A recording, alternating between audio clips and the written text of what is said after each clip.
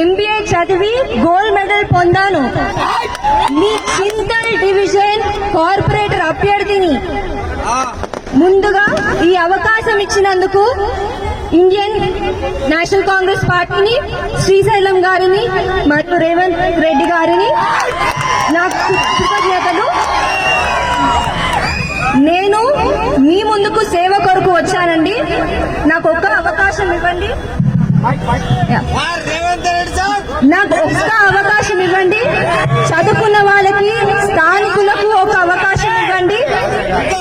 నేను ప్రచారానికి వెళ్ళినప్పుడు చాలా సమస్యలు విన్నాను. అయినా మన డివిజన్ లో పోయిన కార్పొరేటర్ అసలు అందుబాటులో ఉందా అండి? లేదు. ఏ మీటింగ్ అయినా వాళ్ళ భర్త పాల్గొంటాడు కానీ ఆమె మాత్రం ఎక్కడ కనిపించలేదు. పోయిన ఎలక్షన్ లో కనిపించిందంటే మళ్ళీ ఇప్పటి వరకు కనిపించలేదు. ప్రతి గల్లీకి ఎన్ని గుంతలు ఉన్నాయో తెలుసా మీకు? ప్రతి ఒక్క గుంతకి 1000 రూపాయలు అన్నారు. ఎన్ని గుంతలు మూసినారో, ఎన్ని గుంతలు చేశానని ప్రశ్నిస్తున్నా నేను.